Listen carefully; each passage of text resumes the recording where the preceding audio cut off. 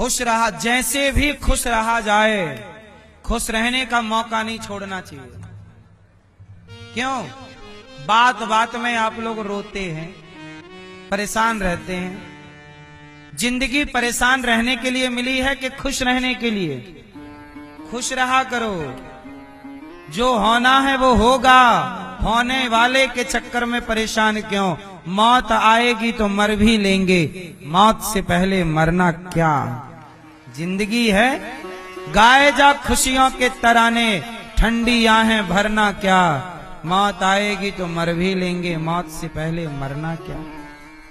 लिखा मुकद्दर में, मिटता नहीं आंसू बहाने से, जो होनी है वो होके रहेगी किसी बहाने से। इसलिए जिंदगी खुशी खुशी गुजारनी चाहिए, सीरियस नहीं। सीरियस कहां होना चाहिए? सीरियस इस बात पे होना चाहिए कि हमारा बुढ़ापा आ गया, अभी तक हमने कोई पुण्य नहीं किया, भगवान का चिंतन नहीं किया, पुण्य की कमाई नहीं की, बुढ़ापा, ये सीरियस सोचने का विषय। सीरियस यहां हो जाओ। अब आप लोग सीरियस कहां होते हैं? बेटी बड़ी हो गई, शादी नहीं हो रही है महाराज, नहीं हो रही है तो प्रयास करते रहो, लड़का ढूंढते रहो, तैयारी करते रहो, हो जाएगी। तुम्हारे टेंशन करने से थोड़ी हो जाएगा ब्याह। घर नहीं बन रहा है महाराज, बड़े टेंशन में है। टेंशन लेने से घर बन जाए तो हम भी लेते हैं टेंशन। टेंशन लेने से नहीं, मेहनत करो, अच्छी प्लानिंग करो, पैसे बचाओ, खुश रहो, घर बनेगा। मेहनत करने से सब होगा, सोचने से, टेंशन लेने से नहीं होगा। वही उतना ही सोचो जितना ठीक ठाक है। सोच सोच के डिप्रेशन में ना जाओ, वर्तमान को ना बिगाड़ो भविष्य की चिंता से। चिंता कर रहे हो 2030 की और खड़े हो 2026 में, 30 तक पहुंच पाओगे इसकी भी कोई गारंटी है? जहां तक, अब वो एक बार क्या हुआ, एक पति पत्नी जज साहब के पास पहुंच गए। पति बोला मैं अपने बेटे को डॉक्टर बनाऊंगा, पत्नी बोली नहीं मैं तो इंजीनियर बनाऊंगी। पति क्या बोला? डॉक्टर बनाऊंगा। पत्नी क्या बोली? ध्यान से सुनना, पत्नी क्या बोली? इंजीनियर बनाऊंगी। दोनों में लड़ाई हो गई। पति बोला मेरी बात नहीं सुनती तू, मैं डॉक्टर बनाऊंगा। पत्नी बोली नहीं इंजीनियर बनाऊंगी। आप नहीं समझ रहे मेरी बात, इंजीनियर बनाऊंगी। ले भैया, पति को आई गुस्सा, एक थप्पड़ जमाया। बात नहीं सुनती है, डॉक्टर बनाऊंगा। पत्नी ने भी पकड़ लिए बाल, दिया ठूसा 2, ले तू ही बस मारेगा, मैं भी मारूंगा। इंजीनियर बनाऊंगी मैं, मेरा बेटा है, 9 महीने पेट में रखा। अब दोनों में खूब हल्ला हुआ, पड़ोसी इकट्ठे हो गए। क्या हुआ? चलो पुलिस के पास चलते, इसने हमें मारा है, हमें हमारी बात मानो।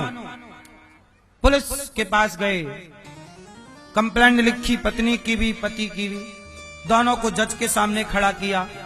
पत्नी बोली जज साहब ये बताओ बेटे पर माँ का अधिकार ज्यादा है कि बाप का?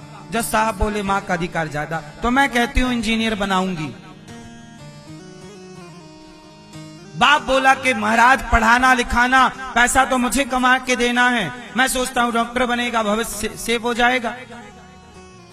तो जज साहब ने कहा ये बताओ अपने बच्चे से तो पूछ लो कि वो क्या बनना चाहता है, बच्चा कहाँ है? दोनों बोले अभी तो बच्चा हुआ ही नहीं।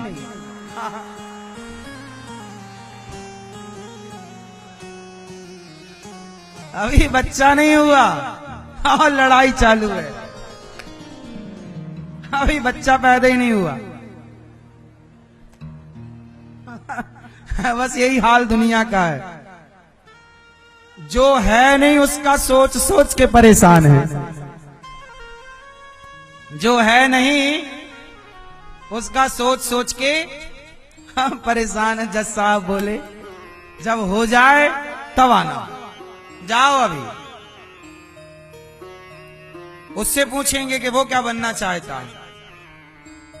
आप लोग भी परेशान हैं,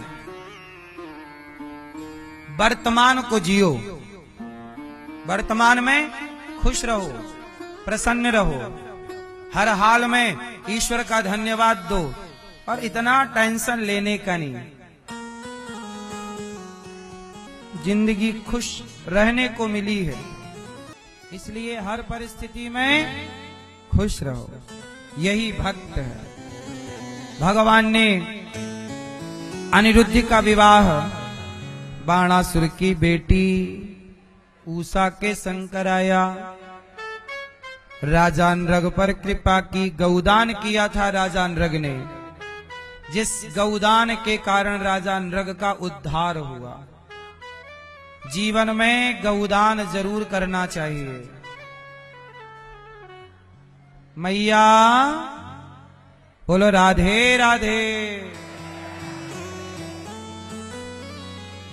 गौदान जरूर करना चाहिए। कौन सा दान? जीवन में गौदान जरूर करना चाहिए। गौदान गाय ही वैतरणी से पार लगाती है। और हमारे यजमान परिवार आपकी ओर से हमारी मैया श्रीमती कमलेश अरोड़ा जी और श्रीमान सत्यपाल अरोड़ा जी की तरफ से इन्होंने गौदान भी किया, भागवत भी सुन रहे हैं, संतों को अन्नदान भी किया, वृद्ध माओं को नाश्ता भी कराया, रसोई भी बंटवाई। यहाँ जितनी सेवाएं चल रही हैं, सारी सेवाओं से इन्होंने अपने आप को जोड़ा है।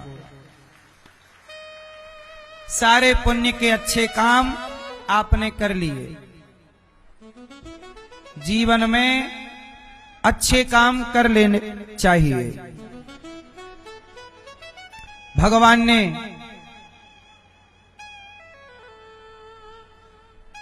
नृग का उद्धार किया।